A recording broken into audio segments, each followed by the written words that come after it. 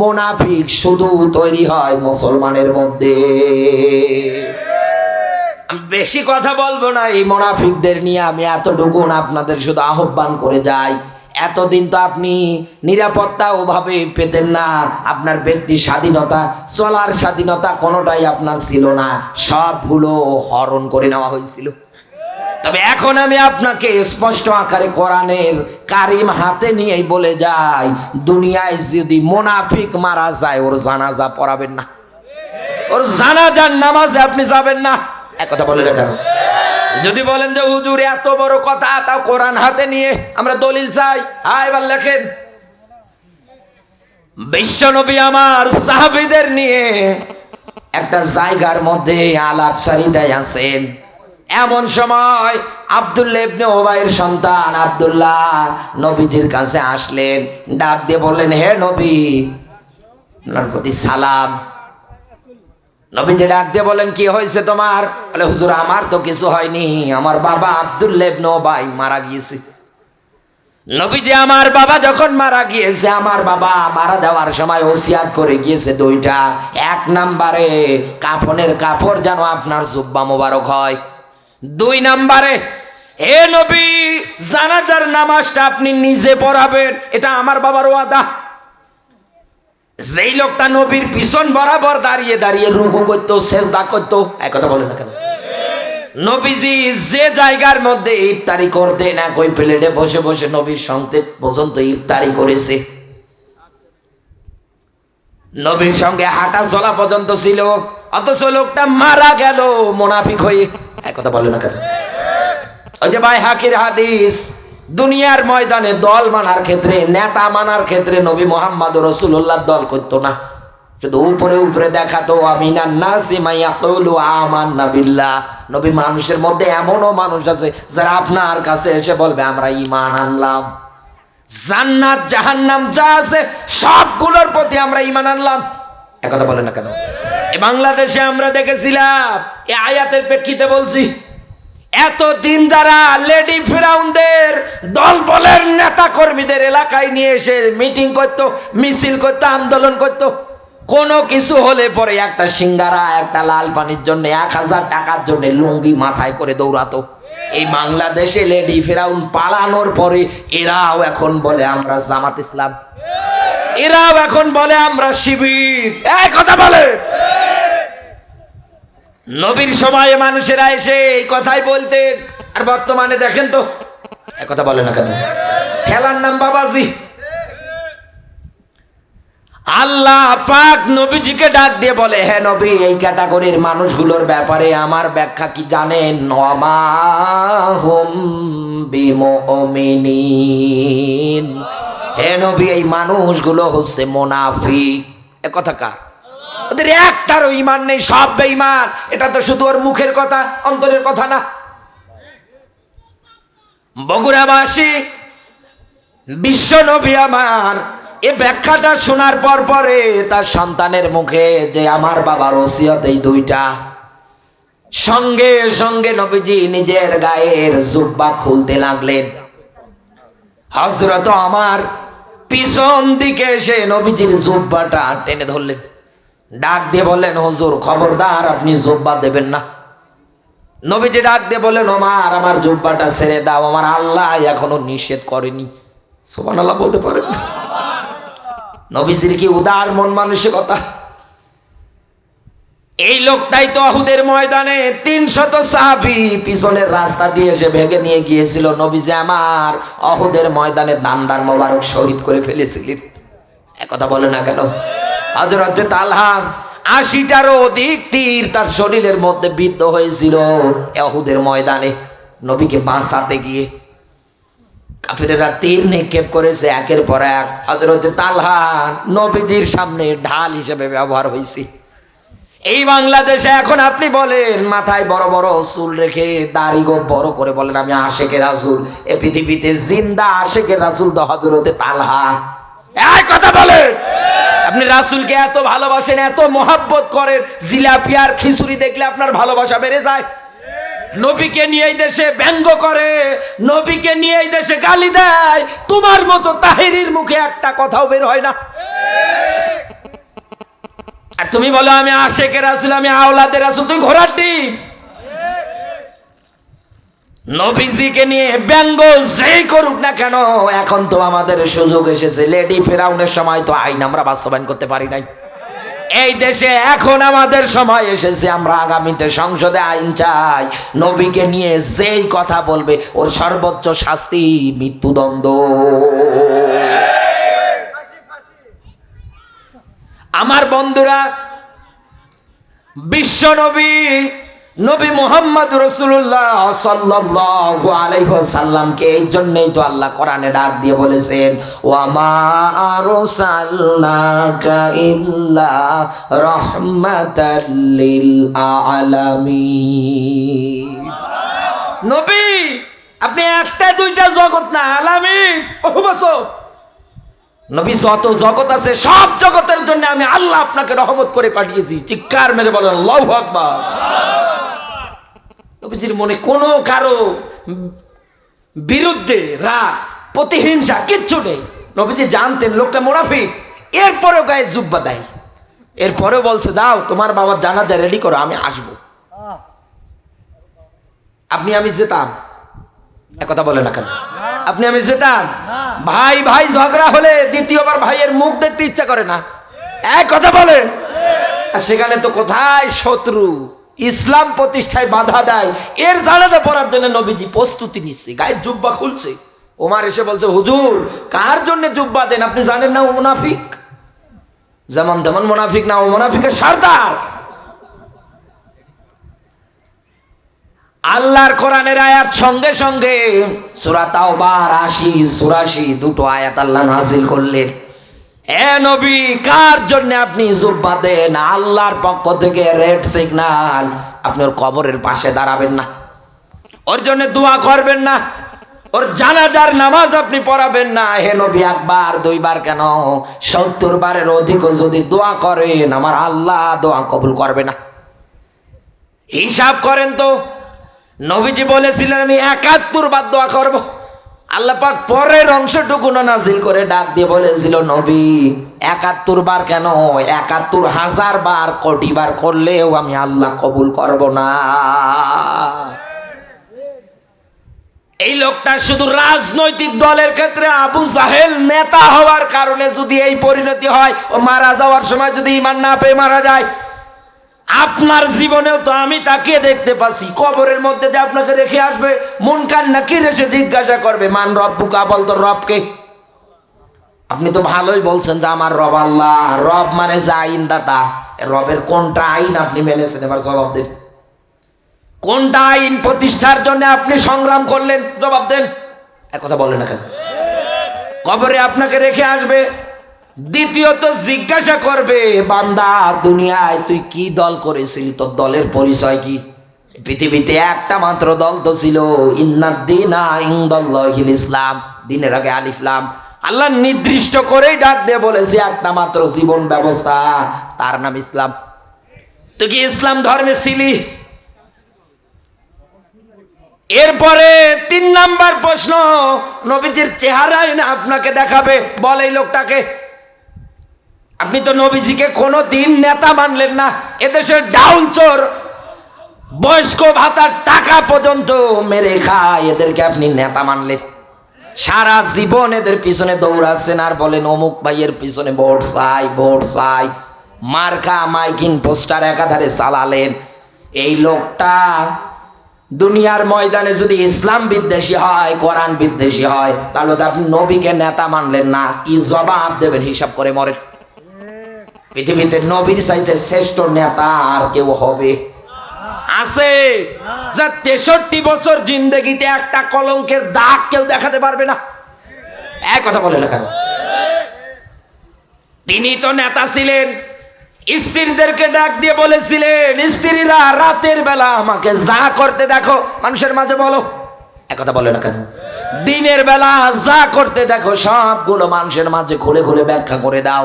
আপনার নেতা এমন নেতা, কত হোটেলের মধ্যে একাধারে ধরা পড়ে মিডিয়ায় প্রকাশ হয়, তাও লজ্জা হয় না। কি বলবো আর আপনাকে আমি, বলেন। এরপরেও আপনি এর পিছনে দৌড়ান।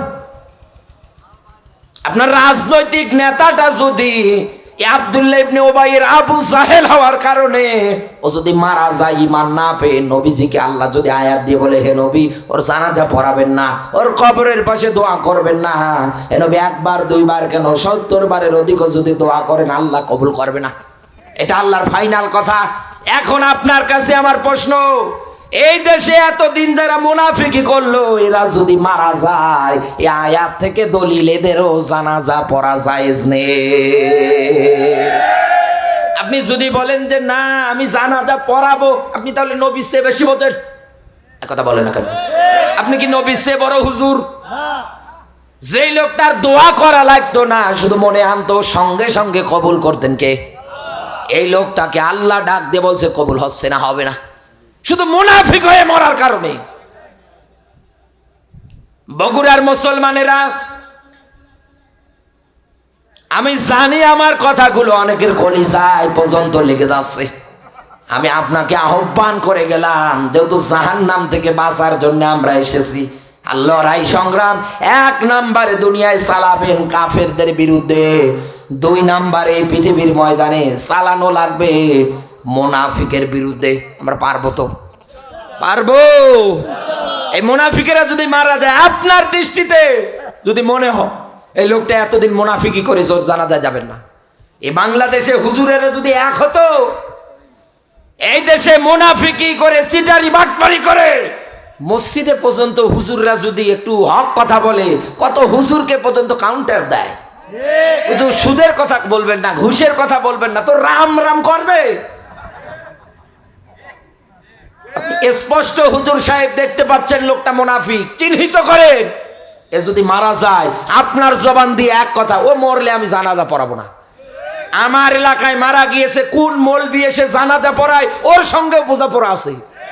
এদেশে একটা জালেমকে এরকম মারা যাওয়ার পরে রেখে দেন, আপনি জানাজা পরেই পড়াবেন না, অন্য কাউকে পড়াতে দেবেন না। দেখবেন জালেমেরা মারা যাওয়ার পরে পড়ে থাকবে, জানাজা দেওয়ার লোক থাকবে না। সোজা হবে না মুসল্লি, আপনার বিরুদ্ধে কথা বলবে, ও কোন মৌলবি নিয়ে এসে জানাজা পড়ায় দেখবো আমি। কিন্তু আমরা হুজুরেরা তো তেল তেলা, 1000 টাকার নোট দেবে, বগুড়া শহরে সিনেমা হল উদ্ভাবন করে হুজুরকে যদি ডাক দেয়, হুজুর আসেন, হুজুর 2 ধারে এরকম ঘোমটা দেবে, দিয়ে 2 হাত তুলে আল্লাহর কাছে দোয়া করবে, আল্লাহ এই সিনেমা হলটা কিয়ামত পর্যন্ত চালু রাখো, আর সওয়াব তো ট্রাক দিয়ে আসবে। আমি কি মিথ্যা বললাম? বাস্তবতা এটাই। আল্লাহ পাক আমল করার তৌফিক দিক, বলেন আমিন। নবীর প্রতি দরুদ মানবতার মুক্তির মডেল, মানবতার মহান আদর্শ, মানবতার শিক্ষক, নবিকুর শিরোমণি নবী মুহাম্মদুর রাসূলুল্লাহ সাল্লাল্লাহু আলাইহি ওয়াসাল্লাম। আমি একটা আয়াতে কারিমা তেলাওয়াত করেছি। এই আয়াতটা যেহেতু আমি পড়েছি, এখান থেকে আর 10টা মিনিট আমি আপনার মাঝে আয়াতটা থেকে একটু কথা বলতে চাই। আপনারা বিরক্ত হবেন না তো? যেহেতু কোরআনে কারিমের ব্যাখ্যা বিশ্লেষণের একটা হক আছে, এটা যদি না বলি অপূর্ণাঙ্গ থেকে যায়। আপনারাও বলবেন তেলাওয়াত করলে বলল না।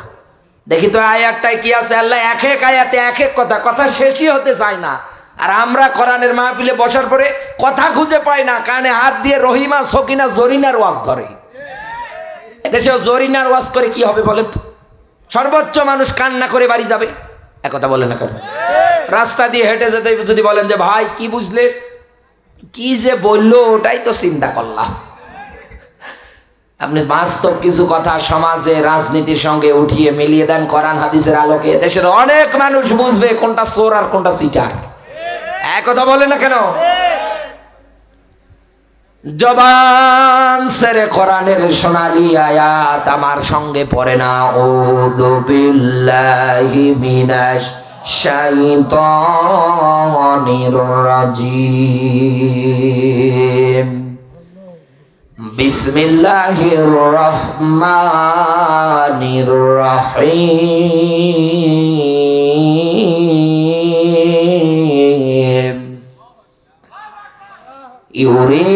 ইউরিদুনা লিইউতফিউ নূরাল্লাহি বিআফওয়াহিহিম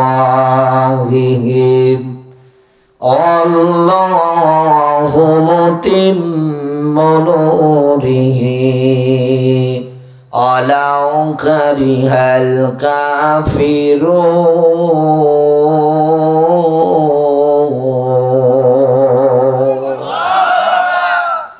বগুড়ার মুসলমানেরা, আপনাকে আগামীকালকে কেউ যদি জিজ্ঞাসা করে কোন সূরা থেকে আলোচনা হয়েছে, আপনি বলবেন সূরা সফের 8 নম্বর আয়াত।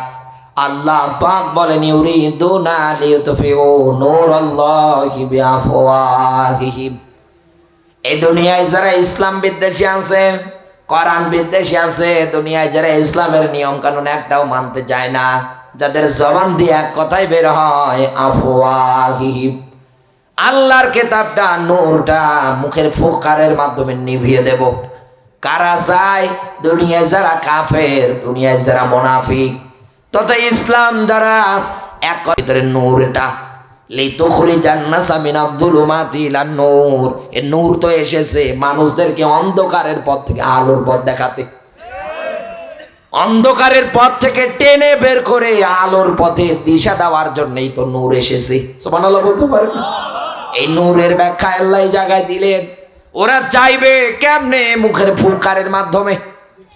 এখন আপনার কাছে আমার প্রশ্ন, এই পুরা কোরআন আমি পড়ে বিসমিল্লাহর বা থেকে শুরু করে সূরা নাসের সিন পর্যন্ত একাধারে পড়তে গিয়ে আমি ব্যাখ্যা পেয়েছি খলিকল ইনসানা দইফা, আল্লাহ মানুষ বানিয়েছে একেবারে দুর্বল করে। এদেশে কোনো গরু ছাগল আন্দোলন করবে কোরআন বিদায় করার জন্য? এক কথা বলে না কেন? ইসলামের বিরুদ্ধে দেশের কোন গরু ছাগলেরা কি রাস্তায় নেমে মিছিল করে? কারা করে? সব মানুষেরা। মানুষদের ব্যাপারে আল্লাহর এই ব্যাখ্যা যে খলিকাল ইনসানা দইফা, আমি মানুষ বানিয়েছি একেবারে দুর্বল করে। এখন আপনার কাছে হয়তো মনে হবে মানুষ দুর্বল, যেমন তেমন দুর্বল না, এক আলিফ টান দিয়ে আল্লাহ বলেছে দইফা। এবার তো মনে হয় শয়তান সবল। শয়তানের চক্রান্তের ক্ষেত্রেও আমার আল্লাহ যেটা ব্যবহার করেছে ওই একই এক আলিফ টান দিয়ে আল্লাহ বলেছেন দইফা। মানুষ যেমন দুর্বল, শয়তানও তেমন দুর্বল। কিন্তু কোরআন পড়তে গিয়ে একটা জায়গায় আমার আল্লাহ আর দুর্বলতা শব্দ ব্যবহার করে নাই। এই জায়গার মধ্যে আমার আল্লাহ ব্যবহার করেছে ইন্না কাইদা কুন্না আযীম, মেয়েদের চক্রান্ত ষড়যন্ত্র বড়ই ভয়ঙ্কর। আমার আগে যিনি কথা বলেছেন মারুফ ভাই, মেয়েদের জান্নাতে যাওয়ার শর্টকাট 4টা আমলের ব্যাখ্যা দিচ্ছিলেন। 1 নম্বরে 5 ওয়াক্ত নামাজ, 2 নম্বরে রমজান মাসের রোজা, 3 নম্বরে স্বামীর খেদমত, 4 নম্বরে হচ্ছে পর্দা। মারুফ ভাইয়ের এই ওয়াজ শোনার পরে মহিলা মা বোন যারা আছে ওনারা দোয়া করবে আল্লাহ হুজুরের হায়াত দাও, কিন্তু এই আয়াতের বাস্তব ব্যাখ্যা করলে এই জায়গার মায়েরা দোয়া করবে আল্লাহ এই হুজুরের মরণ দাও। এটা বাস্তব, এটা করবেই, কারণ ওদের জীবনের সঙ্গে 100-এ 100 মিলে যাবে। আয়াতটা খেলা করার জন্য আল্লাহ আযীম শব্দ এই জায়গায় ব্যবহার করে নাই। এক নবীর চরিত্রের সার্টিফিকেট দিতে গিয়ে নবীজিকে ইন্ডিকেট করে আল্লাহ ডাক দিয়ে বলেছেন খুলুকিন আযীম। এ নবী যেমন তেমন চরিত্র না, আপনার চরিত্র মহান, সীমাহীন। বলেন আল্লাহু আকবার। কিন্তু মেয়েদের ষড়যন্ত্র চক্রান্তের ক্ষেত্রে আল্লাহ পাক দইফা এ শব্দ না দিয়ে এই জায়গায় আযীম শব্দ দিয়েছে। আল্লাহ তো খেলা করার জন্য দেয়নি, নিশ্চয় কোনো কারণ আছে। আমি বলবো মায়েরা যেহেতু আসে বেশি, একটু জাত করে দেই।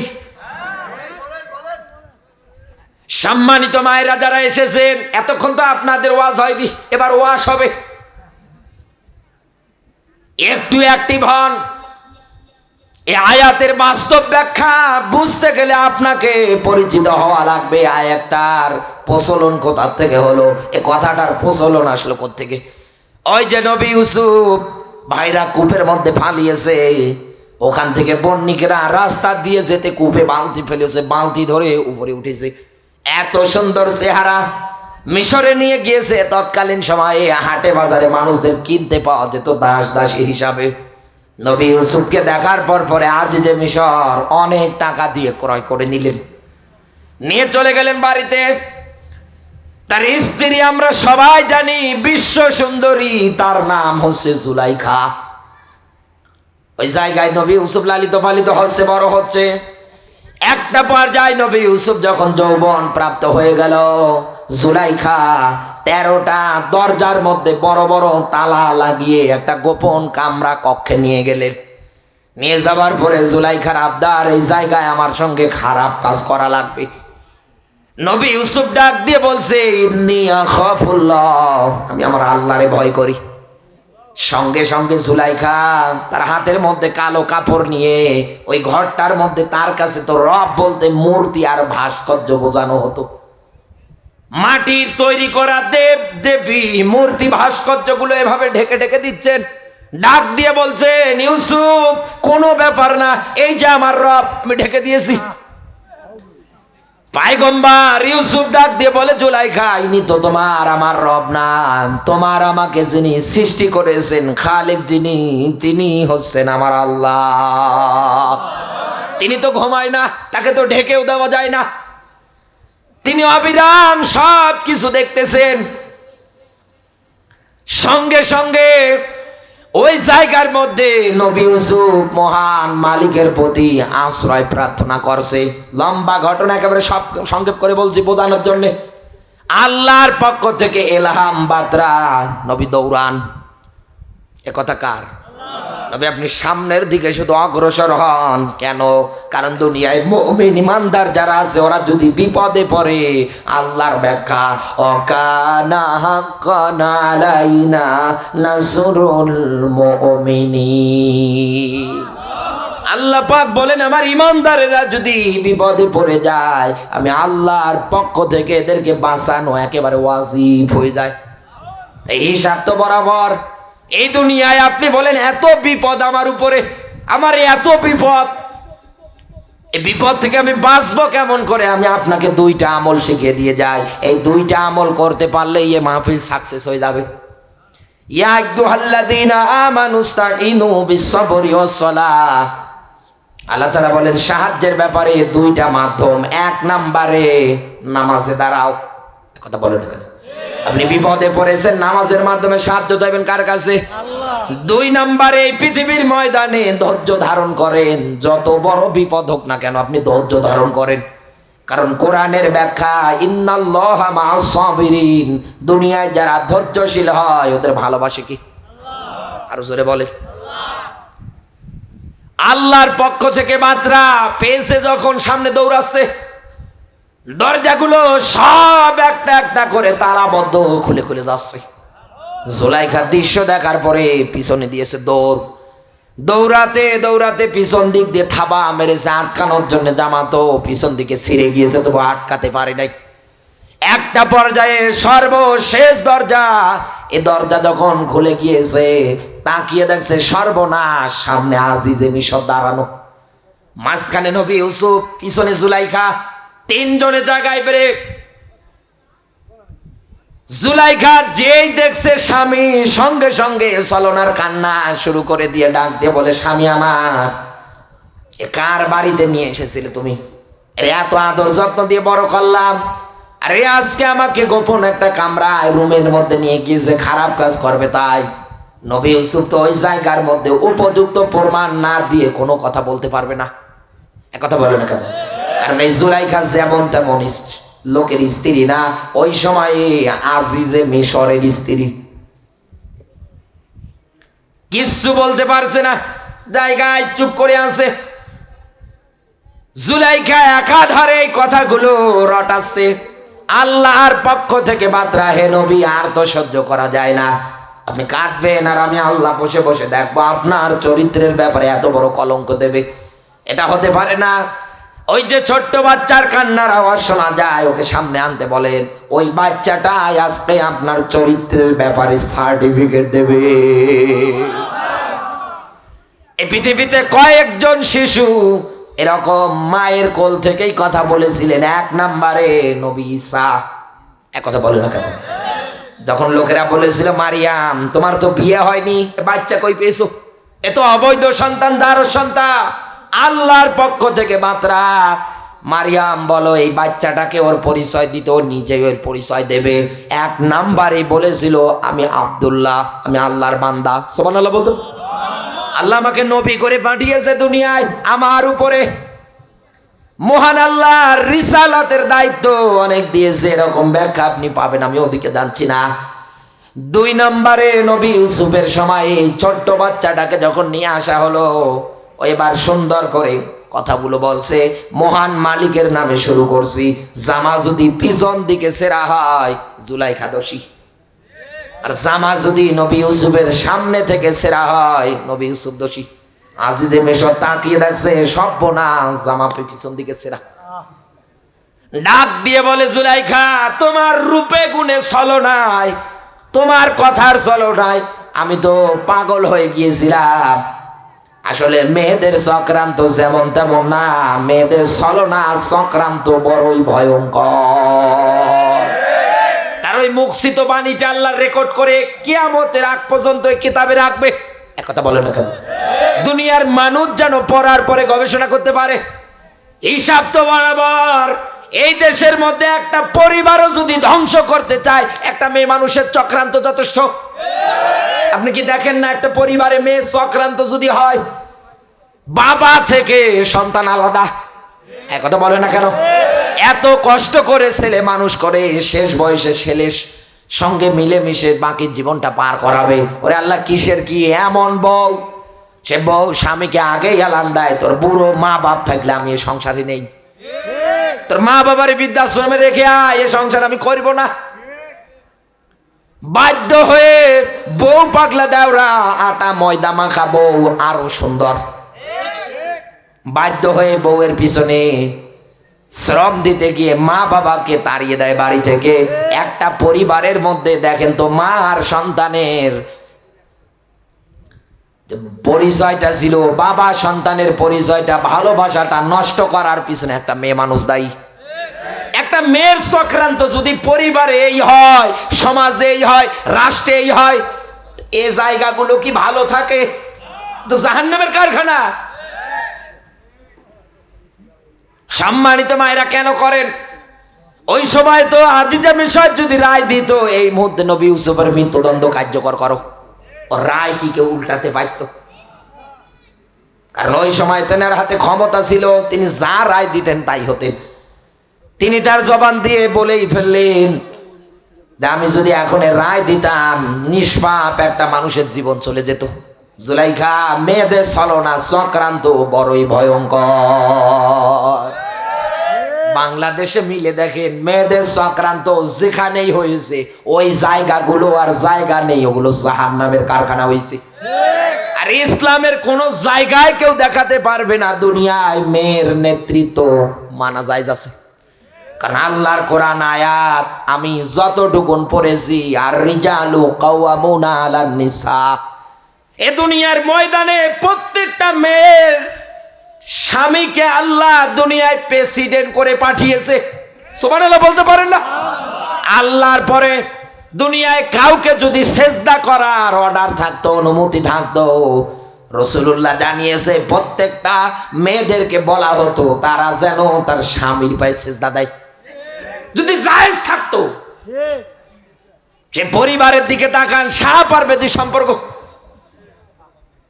সম্মানিত মায়েরা যারা আছেন, এবার তো আপনারা ভালো মন খারাপ করেছেন আমি জানি, আপনারা সব জায়গার মধ্যে এরকম চক্রান্ত চালান।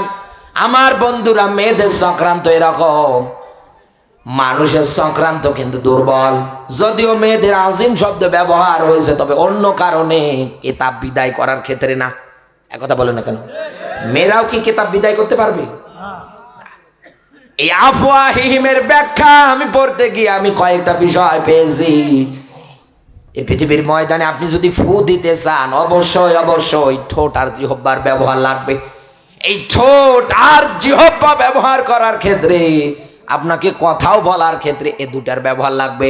ওয়ালিসানা ওয়া শাফাতাইন, আল্লাহ তাআলা বলেন আমি কি তোর জন্য বানাইনি ঠোঁট আর জিহ্বা? এ কথা কার? আরো জোরে বলেন। এই ঠোঁট আর জিহ্বা ব্যবহার করে, যেহেতু কথা বলার ক্ষেত্রে এই ঠোঁট জিহ্বা ব্যবহার হয়, এদেশের হাজারো ইসলামপন্থী মানুষদের নামে মিথ্যা দহমত দেবে যে লোকটা ৭১-এর মানবতা বিরোধী অপরাধী। 14 বছর আপনি জেলখানায় আটকালেন, এই লোকটাই 14 বছরে বিশ্বের আনাচে কানাচে যদি কোরআন প্রচার করতো, এদেশের লক্ষ লক্ষ মানুষ কোরআন বুঝতো। এদেশে লক্ষ লক্ষ মানুষ একামতের দিন বুঝতো। আপনি তো ফু নিয়ে পড়ে আছেন, দেখেন ফুর ব্যাখ্যায় কি বের হয়। ডক্টর মিজানুর রহমান আজহারি ভাই 4টা বছর মালয়েশিয়ায় কাটালো। একটা করে জেলায় যদি সফর করতো 10 লাখ 8 লাখ করে মানুষ হতো। আপনি 4 বছর তাকে কথা বলতে দিলেন না। এই 4 বছরে কোনো না কোনো জেলায় যদি তিনি সফর করতেন, হাজার হাজার মানুষ তো ইসলাম বুঝতো, কোরআন বুঝতো। একথা বলে না কেন? আপনি তো বুঝতে দিলেন না। নিরপরাধ মানুষগুলোকে এরকম আপনি আটকালেন, আমির হামদা ভাই সহকারে, মানুষদের কোরআন বুঝতে দিলেন না।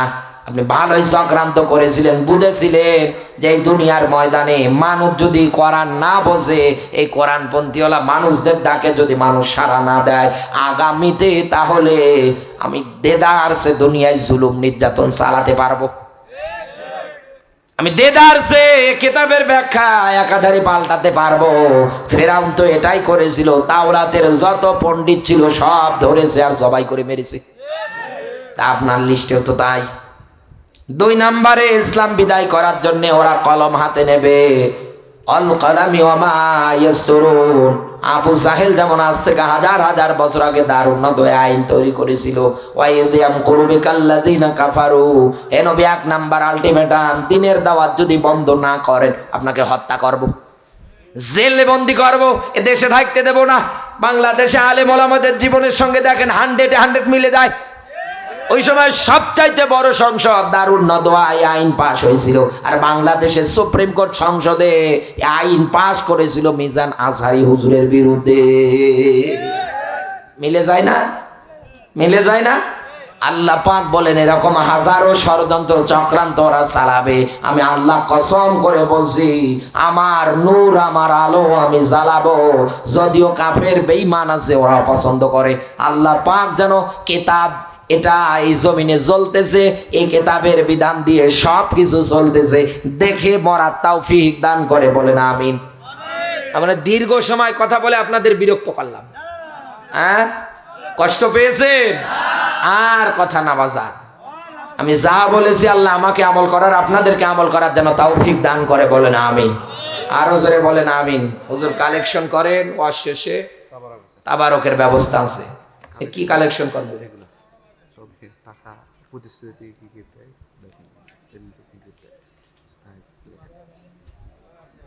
এগুলো তো আমি পারিও না। আচ্ছা তারপরে বলি দেখি দেয় কিনা। আগামী দিনের জন্য